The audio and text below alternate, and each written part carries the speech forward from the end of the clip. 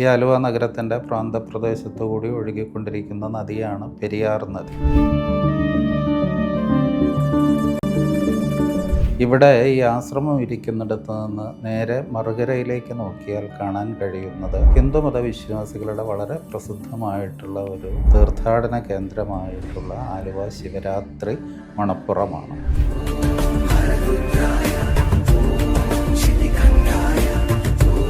എപ്പോഴെങ്കിലും എവിടെയെങ്കിലും രേഖകളിൽ ഈ ശിവത്വമാണ് അല്ലെങ്കിൽ ശിവന്റെ മറ്റൊരു അംശമാണ് നാരായണ ഗുരുദേവൻ എന്ന് തോന്നിയിട്ടുണ്ട്. ശിവഭഗവാനോടും ശിവകുടുംബാംഗങ്ങളോടും ഗുരുവിന് സവിശേഷമായ ഒരു ആഭിമുഖ്യം ഉണ്ടായിരുന്നതായിട്ട് കാണാൻ കഴിയും.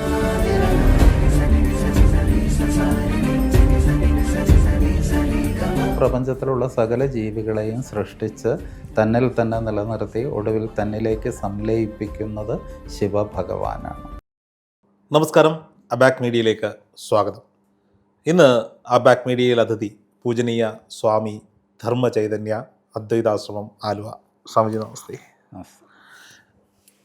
സ്വാമി, അദ്വൈതാശ്രമം സ്വാഭാവികമായും ശ്രീനാരായണ ഗുരുദേവൻ്റെ കാൽപാദങ്ങൾ പതിഞ്ഞ് അദ്ദേഹം ഒരുപാട് കാലമുണ്ടായിരുന്ന ആശ്രമമാണ്. അപ്പോൾ അദ്വൈതാശ്രമം ആലുവയുടെ ചരിത്രത്തിൽ എങ്ങനെയാണ് രേഖപ്പെടുത്തുന്നത്? അവിടെ തുടങ്ങാമെന്ന് വിചാരിക്കുന്നു.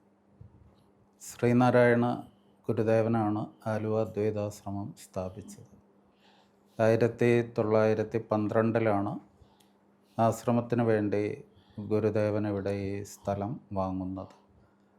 1912 തന്നെയായിരുന്നു ശ്രീനാരായണ ഗുരുദേവൻ്റെ പ്രവർത്തനങ്ങളുടെ സ്ഥിരാകേന്ദ്രമായി ഗുരു തന്നെ നിശ്ചയിച്ച വർക്കലയിലെ ശിവഗിരി കുന്നിൻ്റെ താഴ്വാരത്ത് ജ്ഞാനസ്വരൂപിണിയും ജഗത് ജനനിയുമായ ശാരദാദേവിയെ പ്രതിഷ്ഠിച്ചത്. ശാരദാ മഠത്തിലെ പ്രതിഷ്ഠ നിർവഹിച്ച് ഏതാനും ദിവസം കഴിഞ്ഞപ്പോൾ നാരായണനാശാൻ എന്ന ശിഷ്യനോടൊപ്പം ശ്രീനാരായണ ഗുരുദേവൻ ശിവഗിരി മഠത്തിൽ നിന്ന് ഇറങ്ങിത്തിരിക്കുകയും അങ്ങനെ ഇറങ്ങിത്തിരിച്ച ഗുരു മാവേലിക്കരയ്ക്ക് സമീപമുള്ള മുട്ടം എന്ന് പറയുന്ന സ്ഥലത്തുള്ള അക്കാലത്തെ ഈഴവ സമൂഹത്തിലെ ഏറ്റവും സമ്പന്നനായ ആലിൻമുട്ടിൽ ചാന്നാർ എന്ന ഗുരുദേവ ഭക്തൻ്റെ വീട്ടിൽ വന്നു ചേരുകയും ചെയ്തു. ഒരു പ്രഭാതത്തിൽ ഗുരുദേവൻ ഇങ്ങനെ വന്നു കയറിയപ്പോൾ ചാന്നാർ ഗുരുദേവനെ വളരെ ആദരവോടുകൂടി സ്വീകരിച്ചിരുത്തുകയും എന്താണാവോ തൃപ്പാദങ്ങൾ പെട്ടെന്ന് ഇങ്ങനെ എഴുന്നള്ളാൻ കാരണം എന്ന് ചോദിക്കുകയും ചെയ്തു. അപ്പോഴാണ് ഗുരു പറഞ്ഞത്, അവിടുത്തെ കാര്യങ്ങളെല്ലാം നാം അവരെ ഏൽപ്പിച്ചിരിക്കുന്നു. അതായത് ശിവഗിരിയിലെ കാര്യങ്ങൾ ശിഷ്യരെ ഏൽപ്പിച്ചിരിക്കുന്നു എന്ന അർത്ഥത്തിലാണ് ഗുരു അങ്ങനെ പറഞ്ഞത്. എന്നിട്ട് ഗുരു പറഞ്ഞു, ഇനി നമുക്കിരിക്കാൻ മറ്റൊരിടം വേണം, ആലുവ കൊള്ളാം എന്ന് ഗുരു പറയും.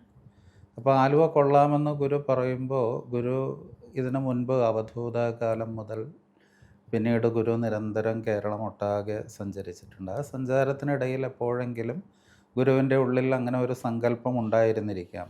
ഈ കേരളത്തിൻ്റെ, അന്ന് കേരളമെന്ന് പറയാൻ കഴിയില്ലെങ്കിലും മലബാറും കൊച്ചിയും തിരുവിതാംകൂറും ഒക്കെയായി വേറിട്ട് കിടക്കുന്ന ഭൂമിയായിരുന്നു. എങ്കിലും ഇവിടെയൊക്കെ തമ്മിൽ ഇണക്കിച്ചേരുന്ന ഒരു പൊതു സംസ്കാരം എന്ന് പറയുന്നത് ഭാഷാപരമാണ്. മലയാളികളാണ് ഈ പ്രദേശത്തൊക്കെ ഉണ്ടായിരുന്നത്. ഒരേ ജീവിത രീതിയും ഒരേ സംസ്കാരവും പിന്തുടരുന്നവരായിരുന്നു ഈ ജനസമൂഹം.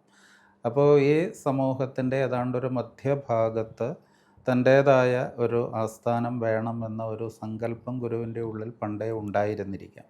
അങ്ങനെ ഉണ്ടായതുകൊണ്ടാണ് ഗുരു ഇങ്ങനെ പറഞ്ഞത് ആലുവ കൊള്ളാം എന്ന് പറഞ്ഞത്. അപ്പോൾ ആലുവ കൊള്ളാമെന്ന് ഗുരു പറഞ്ഞപ്പോൾ ചാന്നാർ ചോദിച്ചു, ആലുവയിൽ സ്ഥലം വാങ്ങുന്നതിന് ധാരാളം പണം വേണ്ടയോ എന്ന് ചോദിച്ചു. അപ്പോൾ ഗുരു പറഞ്ഞത്, പണമല്ലയോ ലോകം മുഴുവൻ, എഴുതി വാങ്ങാനാണല്ലോ ആളില്ലാത്തത്. ഇപ്പോൾ പണമല്ലയോ ലോകം മുഴുവൻ എന്ന് പറയാൻ കാരണം ശ്രീനാരായണ ഗുരുദേവൻ ഇപ്രകാരം ഒരു ഉദ്ദേശത്തോടു കൂടി ഇറങ്ങിത്തിരിച്ചാൽ ഗുരുദേവൻ അക്കാലത്ത് തന്നെ അനേക ലക്ഷം ഭക്തജനങ്ങളുണ്ടായിരുന്നു. അപ്പോൾ അവരെല്ലാം ഗുരുവിന് കൈയയച്ച് പാദകാണിക്കയായി പണം നൽകുമെന്നും ആ പണം ഉപയോഗിച്ച് വളരെ എളുപ്പത്തിൽ തന്നെ ഇവിടെ സ്ഥലം വാങ്ങാൻ കഴിയുമെന്നുമുള്ള ഉറച്ച ബോധ്യം ഗുരുവിനുണ്ടായിരുന്നു. അതുകൊണ്ടാണ് ഗുരു പറഞ്ഞത് പണമല്ലയോ ലോകം മുഴുവൻ. പിന്നെ എഴുതി വാങ്ങുക എന്ന് പറഞ്ഞാൽ ആധാരം എഴുതി വാങ്ങുന്നതിന് ഒരാളുടെ ഒരു സഹായം കൂടി ആവശ്യമുണ്ട്. അപ്പോൾ അത് മനസ്സിലാക്കിക്കൊണ്ട് ചാന്നാർ പറഞ്ഞു, അടിയൻ വന്നുകൊള്ളാം എന്ന് പറഞ്ഞു. അപ്പോൾ ഗുരു പറഞ്ഞത്, എങ്കിൽ ഒത്തുപോയല്ലോ എന്ന് പറയുകയും പിന്നീട് കായംകുളത്തും അതുപോലെ മാവേലിക്കരയിലും ഹരിപ്പാടും അമ്പലപ്പുഴയിലും ആലപ്പുഴയിലും ചേർത്തലയിലും അരൂരും ഒക്കെ ഉള്ള ഗുരുദേവൻ്റെ ഭക്തരുടെ വീടുകൾ അവർ സന്ദർശിക്കാൻ തുടങ്ങി. അങ്ങനെ സന്ദർശിച്ച സന്ദർഭത്തിൽ അവരെല്ലാം വളരെ ആദരവോടുകൂടി ശ്രീനാരായണ ഗുരുദേവന് പാദകാണിക്കയായി അവരാൽ കഴിയുന്ന സംഖ്യകളെല്ലാം നൽകുകയുണ്ടായി. അതെല്ലാം സമാഹരിച്ചുകൊണ്ട് ഗുരു ഈ ആലുവ നഗരത്തിൽ വരികയും ഈ ആലുവ നഗരത്തിൻ്റെ പ്രാന്തപ്രദേശത്തു കൂടി ഒഴുകിക്കൊണ്ടിരിക്കുന്ന നദിയാണ് പെരിയാർ നദി. നമുക്കിപ്പോൾ അത് കാണാൻ കഴിയും. ഈ നദിയൊക്കെ നമ്മുടെ ചില പുരാണങ്ങളിൽ ഈ നദിയെ സംബന്ധിച്ചൊക്കെ സൂചനകളുണ്ട്. പൂർണ്ണ നദി എന്ന പേരിലാണ് അറിയപ്പെടുന്നത്. അപ്പോൾ ഈ നദിയുടെ തീരത്തുകൂടി ഗുരു ഇങ്ങനെ നടക്കുകയും ഇപ്പോൾ ഈ ആശ്രമം ഇരിക്കുന്ന ഈ ഭൂമിയിൽ എത്തിച്ചേർന്നപ്പോൾ ഇത് ആശ്രമത്തിന് അനുയോജ്യമായിട്ടുള്ളൊരു ഭൂമിയായിട്ട് ഗുരുവിന് ബോധ്യം വരികയും ഗുരു ഈ സ്ഥലം തീറാധാരമായിട്ട് വാങ്ങുകയാണ് ചെയ്തത്. അന്ന് ഈ സ്ഥലത്തിൻ്റെ ഉടമസ്ഥൻ കൊച്ചി സ്വദേശിയായിരുന്ന ഒരു ഹാജി മൂസ സേട്ടു എന്ന വ്യക്തിയായിരുന്നു. ആ സേട്ടുവിൽ നിന്ന് തീറാധാരമായിട്ട് ഗുരു ഈ സ്ഥലം വാങ്ങുകയും ഇവിടെ ആശ്രമം സ്ഥാപിക്കുകയും ചെയ്തു. എന്തുകൊണ്ടായിരിക്കാം ഗുരു ഈ ആലുവയിൽ ഈ ഒരു സ്ഥലം തന്നെ തിരഞ്ഞെടുത്തത് എന്ന് ചോദിച്ചാൽ ഒരുപക്ഷെ അതിന് ഗുരുവിനെ പ്രേരിപ്പിച്ച ഘടകങ്ങൾ പലതുണ്ട്. ഒന്ന്, ഈ പെരിയാർ നദിയുടെ തീരത്താണ് ഇവിടെ നിന്ന് ഏതാണ്ട് 20 കിലോമീറ്റർ മാറി കാലടി എന്ന ഗ്രാമം സ്ഥിതി ചെയ്യുന്നത്.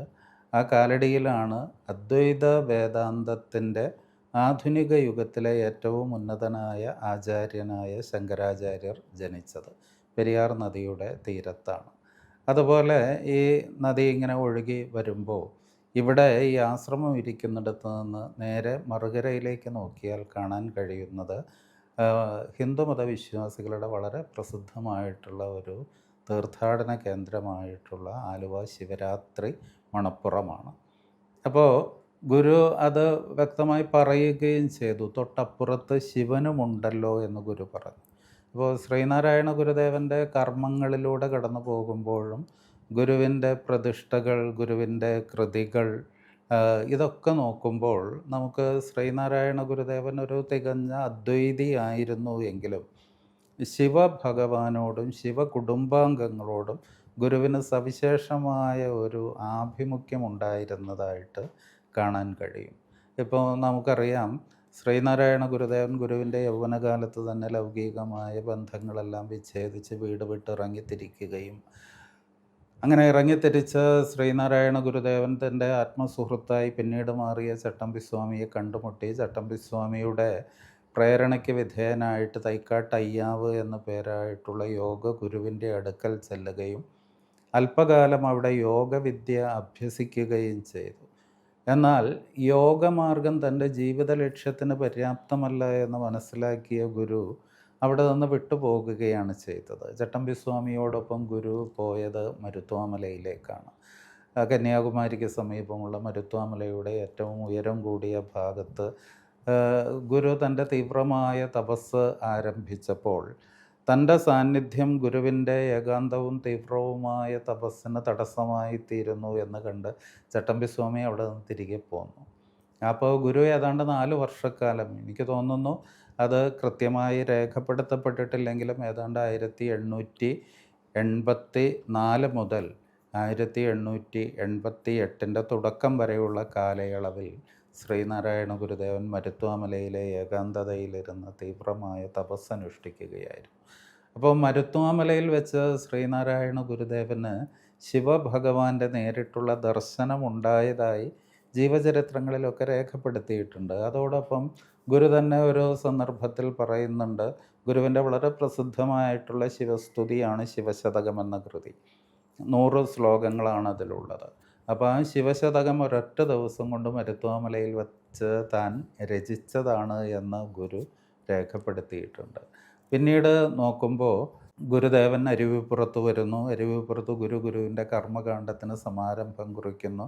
1888 ശിവരാത്രി നാളിലായിരുന്നു ആ അരുവിപ്പുറത്ത് ഗുരു പ്രതിഷ്ഠ നടത്തിയത്. ആ പ്രതിഷ്ഠയും ശിവലിംഗ പ്രതിഷ്ഠയാണ് ഗുരു നിർവഹിച്ചത്.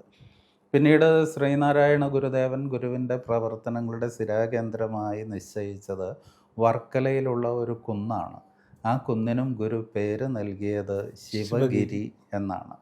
പിന്നെ ഗുരു നടത്തിയിട്ടുള്ള പ്രതിഷ്ഠകൾ നോക്കുമ്പോഴും അത് ജഗന്നാഥനായാലും സുന്ദരേശ്വരനായാലും മാഹേശ്വരനായാലും അങ്ങനെ പല പേരുകളിൽ ഗോകർണനാഥനായിട്ടും ഒക്കെ ഗുരു പ്രതിഷ്ഠ നടത്തിയത് ശിവപ്രതിഷ്ഠകളാണ് കൂടുതലും നടത്തിയത്. പിന്നെ ശിവകുടുംബാംഗങ്ങളെയാണ് ഗുരു രണ്ടാമതായി കൂടുതലായിട്ട് പ്രതിഷ്ഠിച്ചത്.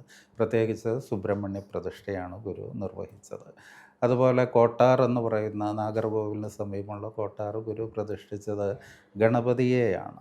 പിന്നെ ദേവീ സങ്കല്പത്തിലും ഉള്ള പ്രതിഷ്ഠകളാണ് ഗുരു കൂടുതലും നിർവഹിച്ചത്. അപ്പോൾ ഗുരു അതുപോലെ രചിച്ചിട്ടുള്ള കൃതികൾ നോക്കുമ്പോൾ 60-ൽ പരം കൃതികളാണ് ഗുരു രചിച്ചത്. അതിലേതാണ്ട് 30ഓളം കൃതികൾ സ്തുതിഗീതങ്ങളാണ്. ആ സ്തുതിഗീതങ്ങളിൽ തന്നെ ഏറ്റവും കൂടുതൽ ഗുരു സ്തുതിച്ചിട്ടുള്ളത് ശിവഭഗവാനെയാണ്. പിന്നീട് ശിവകുടുംബാംഗമായ സുബ്രഹ്മണ്യനെയാണ്. അപ്പോൾ ഗുരുവിൽ ഇങ്ങനെ തുടർച്ചയായിട്ട് ഗുരുവിൻ്റെ കർമ്മങ്ങളിലൊക്കെ തന്നെ ഒരു ശൈവ ആഭിമുഖ്യം നിലനിൽക്കുന്നതായിട്ട് കാണാൻ കഴിയുന്നു. അതുകൊണ്ട് കൂടിയായിരിക്കാം ഇവിടെ ആശ്രമം സ്ഥാപിക്കുമ്പോൾ ഗുരു പറഞ്ഞത് തൊട്ടപ്പുറത്ത് ശിവനുമുണ്ടല്ലോ എന്ന്.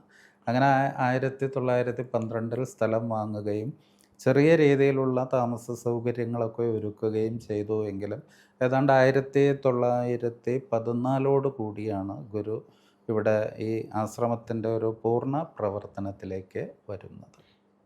ഓക്കെ. ഈ ശിവഭഗവാനും നാരായണ ഗുരുദേവനുമായുള്ള കണക്ഷൻ പറഞ്ഞു. എപ്പോഴെങ്കിലും എവിടെയെങ്കിലും രേഖകളിൽ ഈ ശിവത്വമാണ് അല്ലെങ്കിൽ ശിവനാണ്, ശിവൻ്റെ മറ്റൊരു അംശമാണ് നാരായണ ഗുരുദേവൻ എന്ന് തോന്നിയിട്ടുണ്ടാവുമോ? ഗുരു അങ്ങനെ രേഖപ്പെടുത്തിയതായിട്ട് നമുക്കറിവില്ല. പക്ഷേ ശിവഭഗവാൻ എന്തുകൊണ്ടായിരിക്കാം ഗുരു അങ്ങനെ അതിനോടൊരു കൂടുതൽ ആഭിമുഖ്യം കാണിച്ചതെന്ന് ചോദിച്ചാൽ, ഈ ശൈവ ആരാധന ഭാരതത്തിൽ പ്രാചീന കാലം മുതൽ തന്നെ നിലനിൽക്കുന്ന ഒന്നാണ്. ഒരുപക്ഷെ ഭാരതത്തിലെ തന്നെ ആദിമ ദേവതാ സങ്കല്പം, ദൈവസങ്കല്പം എത്തി നിൽക്കുന്നത് ശിവഭഗവാനിലാണ്. നമുക്കറിയാം 1920കളുടെ തുടക്കത്തിൽ അന്നത്തെ ബ്രിട്ടീഷ് ഗവൺമെൻറ്റിൻ്റെ ആർക്കിയോളജി വിഭാഗത്തിൻ്റെ മേധാവിയായിരുന്ന സർ ജോൺ മാർഷലും അദ്ദേഹത്തിൻ്റെ സഹപ്രവർത്തകരും ഉത്തരേന്ത്യയിലെ പല പ്രദേശങ്ങളിലും നടത്തിയ ഖനനങ്ങളിൽ അവിടെ വളരെ ഉന്നതമായൊരു നാഗരിക സംസ്കാരം നിലനിൽക്കുന്നതിൻ്റെ അവശിഷ്ടങ്ങൾ കണ്ടെടുക്കുകയുണ്ടായി. ആ അവശിഷ്ടങ്ങൾ പ്രധാനമായും കണ്ടെടുത്തത് നിന്ന് പാകിസ്ഥാനിലായി പോയ മോഹൻജദാരോ, ഹാരപ്പ തുടങ്ങിയ പ്രദേശങ്ങളിൽ നിന്നായിരുന്നു. അപ്പോൾ അവർ കണ്ടെത്തിയ ഈ ചരിത്ര അവശിഷ്ടങ്ങളിൽ ഏറ്റവും പ്രധാനപ്പെട്ട ഒന്ന് ശിവഭഗവാന്റെ വിഗ്രഹമായിരുന്നു. അതുപോലെ ഒരു ദേവീ സങ്കല്പത്തിലുള്ള ചില വിഗ്രഹങ്ങളും അവർക്ക് അമ്മ ദൈവം എന്ന പേരിൽ കണ്ടെടുക്കുകയുണ്ടായി. അപ്പോൾ ഈ ശൈവ ആരാധന അതിൽ അവർ പറയുന്നത് പ്രോട്ടോ ശിവൻ എന്നാണ്, ആദിമ ശിവൻ എന്നാണ് ഈ ജോൺ മാർഷൽ ആ വിഗ്രഹത്തെ വിശേഷിപ്പിച്ചത്. എന്ന് മാത്രമല്ല അവർ പശു, പതി, പാശം എന്നിങ്ങനെ 3 തത്വങ്ങളെക്കുറിച്ച് ശൈവ ദർശനം പറയുന്നുണ്ട്. പശുപതി ആയിട്ടാണ് ശിവനെ കാണുന്നത്. പശുക്കളെന്ന് പറഞ്ഞാൽ ഈ പ്രപഞ്ചത്തിലുള്ള സകല ജീവികളെയും ഉദ്ദേശിച്ചാണ് പറയുന്നത്. എന്ന് പറഞ്ഞാൽ പ്രപഞ്ചത്തിലുള്ള സകല ജീവികളെയും സൃഷ്ടിച്ച് തന്നിൽ തന്നെ നിലനിർത്തി ഒടുവിൽ തന്നിലേക്ക് സംലയിപ്പിക്കുന്നത് ശിവഭഗവാനാണ്. വേദാന്ത ദർശനമനുസരിച്ച് ഈ പ്രപഞ്ചം ഉണ്ടായതും പ്രപഞ്ചം നിലനിൽക്കുന്നതും പ്രപഞ്ചം ഒടുവിൽ ലയം പ്രാപിക്കുന്നതും ബ്രഹ്മത്തിലേക്കാണ്. ഇതിനെല്ലാം കാരണമായി നിൽക്കുന്ന പരമസത്യത്തെ വേദാന്തികൾ ബ്രഹ്മമെന്ന് വിളിക്കുന്നുവെങ്കിൽ ശൈവ ദർശനത്തിൽ ഇതിനൊക്കെ കാരണമായി നിൽക്കുന്ന ആ പരംപൊരുളിനെ ശിവൻ എന്നാണ് അവർ വിശേഷിപ്പിക്കുന്നത്. ആ ഒരു വ്യത്യാസം മാത്രമേ ഉള്ളൂ. അപ്പോൾ തത്വത്തിൽ ഈ പ്രപഞ്ചത്തിന് കാരണമായി നിൽക്കുന്ന സത്യം ഏകമാണെന്ന് വേദാന്തികളും ശൈവ ദർശനത്തിൽ വിശ്വസിക്കുന്നവരും വിശ്വസിക്കുന്നു. ഏകമായൊരു സത്യമേ ഉള്ളൂ. വേദാന്തികൾ പറയുന്നു ആ പരമമായ സത്യം നിർഗുണമാണ്, അതിന് രൂപമോ ഭാവമോ ഒന്നുമില്ല. ശൈവ ദർശനത്തിൽ പറയുന്നു ആ രൂപം സഗുണമാണ്, ഗുണത്തോടു കൂടിയ ഒരു രൂപമാണ്, അത് പരമശിവനാണ്. ഇതാണ് അതിലപ്പോൾ സകല ജീവരാശികളെയും സൃഷ്ടിച്ചവനെയാണ് പശുപതി എന്ന് പറയുന്നത്. പശുക്കളെന്ന് പറഞ്ഞാൽ സകല ജീവനും അതിനെയെല്ലാം സൃഷ്ടിച്ച് നിലനിർത്തുന്ന ശക്തി സ്വരൂപം പതിയാണ് എന്ന് പറഞ്ഞാൽ നാഥനാണ്. എല്ലാ പശുക്കളുടെയും നാഥൻ എന്ന അർത്ഥത്തിലാണ് പശുപതി എന്ന് ശിവനെ വിളിക്കുന്നത്. അതിൽ വരുന്ന മറ്റൊരു തത്വമാണ് പാശം എന്നുള്ളത്. പാശം എന്ന് പറഞ്ഞാൽ കയറ് എന്നാണ് അർത്ഥം. അപ്പോൾ ഈ പാശമെന്ന് പറഞ്ഞാൽ ഈ പശുക്കൾ അഥവാ ജീവൻ, ഓരോ മനുഷ്യരും ഉൾപ്പെടെയുള്ള ജീവരാശികൾ പല വിധത്തിലുള്ള ബന്ധങ്ങളിൽ പെട്ടുകിടക്കുകയാണ്. ഈ ലോക ജീവിതവുമായി പല വിധത്തിൽ അവർ ബന്ധിക്കപ്പെടുന്നു. അത് അവരുടെ കുടുംബാംഗങ്ങളുമായിട്ടുള്ള ബന്ധമാകാം, സമൂഹവുമായിട്ടുള്ള ബന്ധമാകാം, സമ്പത്തിനോടുള്ള ബന്ധമാകാം, അതുപോലെ ഇഷ്ടപ്പെട്ട മറ്റു വസ്തുക്കളോടുള്ള ഒരു അറ്റാച്ച്മെൻ്റ് എന്ന് പറയുമല്ലോ. ഇത് വാസ്തവത്തിൽ പതിയോട് ചേരുന്നതിന് തടസ്സമായിട്ട് നിൽക്കുന്ന ഘടകമാണ്. അപ്പോൾ ഈ പാശം മുറിച്ച് കളഞ്ഞെങ്കിൽ മാത്രമേ പതിയോട് ചേരുവാൻ കഴിയുകയുള്ളൂ. അതൊരു ശൈവ സങ്കല്പമാണ്. അപ്പോൾ ഈ പാശം മുറിച്ച് കളയുന്നവൻ എന്ന് പറഞ്ഞാൽ ലോകവുമായിട്ടുള്ള എല്ലാ അറ്റാച്ച്മെൻറ്റും ഉപേക്ഷിക്കുന്നവനാണ് പതിയോട്, പരമസത്യത്തോട് ചേരാൻ കഴിയുകയുള്ളൂ. അപ്പോൾ നേരത്തെ ചോദിച്ചത് ഗുരു ഇങ്ങനെ ഈ ശൈവ ഇതുമായിട്ട് ബന്ധമുണ്ടോ എന്ന് ചോദിക്കുമ്പോൾ ഈ ഒരു സങ്കല്പം ഗുരുവിൻ്റെ പല കൃതികളിലും ഗുരു അവതരിപ്പിച്ചിട്ടുണ്ട്. പശുപതി പാശമൊഴിച്ച് പാഹി മാമോ അശുഭമെനിക്കണയാതെ തക്കവണ്ണമെന്ന് ഗുരു ശിവശതകത്തിൽ പറയുന്നുണ്ട്. ഗുരുവിൻ്റെ ഗണപതി സ്തുതിയായ വിനായകാഷ്ടകത്തിൽ ഗുരു പറയുന്നുണ്ട്, ഭജേ കൃത്തപാശം. കൃത്തപാശം എന്ന് പറഞ്ഞാൽ അല്ലയോ വിനായകനെ, അവിടുത്തെ ഞങ്ങൾ ഭജിക്കുന്നു, അവിടുന്ന് പാശത്തെ ഛേദിച്ച് കളഞ്ഞവനാണ്. കൃത്തപാശം എന്ന് പറഞ്ഞാൽ പാശത്തെ മുറിച്ച് കളഞ്ഞവനാണ്. അപ്പോൾ ആ സങ്കല്പം ഗുരുവിന് വളരെ പ്രിയപ്പെട്ടതായിരുന്നു. ഈ ഒരു പശുപതി പാശം എന്ന ആ ഒരു ദാർശനിക അടിത്തറയോടുകൂടിയ ശൈവ ദർശനം ഗുരുവിന് വളരെ പ്രിയപ്പെട്ടതായിരുന്നു. അങ്ങനെ പ്രിയപ്പെട്ടതാകാൻ മറ്റൊരു കാരണം ഈ കാശ്മീര ദേശത്തും അതുപോലെ ദക്ഷിണേന്ത്യയിലുമാണ് ശൈവ മതം നിലനിന്നിരുന്നത്, ശക്തമായി നിലനിന്നിരുന്നത്. പ്രത്യേകിച്ച് കർണാടകയിൽ ബസവേശ്വരനെ പോലെയുള്ള ആചാര്യന്മാർ പ്രചരിപ്പിച്ച വീരശൈവം എന്ന് പറയുന്ന ഒരു മതം തന്നെ ഉണ്ടായിരുന്നു. അപ്പോൾ അവരുടെ ഒരു പ്രത്യേകത, ഈ ശൈവ മതത്തിൽ ചേരുന്നവർ, അവൻ ബ്രാഹ്മണനായിക്കോട്ടെ, ക്ഷത്രിയനായിക്കോട്ടെ, വൈശ്യനോ ശൂദ്രനോ അവർണനോ ആരുമായിക്കൊള്ളട്ടെ, അവർക്കെല്ലാം തുല്യമായ സ്ഥാനമാണ് നൽകിയിരുന്നത്. എന്ന് പറഞ്ഞാൽ ശൈവ മതത്തിൽ വലിയൊരു സമത്വ സങ്കല്പമുണ്ട്. ശ്രീനാരായണ ഗുരുദേവൻ ഇപ്പോൾ ഗുരു ലോകത്തിന് ആദ്യമായി നൽകിയ സന്ദേശത്തിൽ തന്നെ സോദരത്യേന വാഴുവാനായിട്ടാണ് ആഹ്വാനം ചെയ്തത്. ജാതിഭേദം മതദ്വേഷം ഏതുമില്ലാതെ സർവരും സോദരത്യേന വാഴുന്ന മാതൃകാസ്ഥാനമാമിത് എന്നാണ് ഗുരു പറഞ്ഞത്. അപ്പോൾ അതിലടങ്ങിയിരിക്കുന്ന ആ സമത്വ ദർശനമായിരിക്കാം ശ്രീനാരായണ ഗുരുദേവന് ഈ ശൈവ സമ്പ്രദായത്തോട് ഒരു ആഭിമുഖ്യം തോന്നുവാൻ പ്രേരിപ്പിച്ചത്.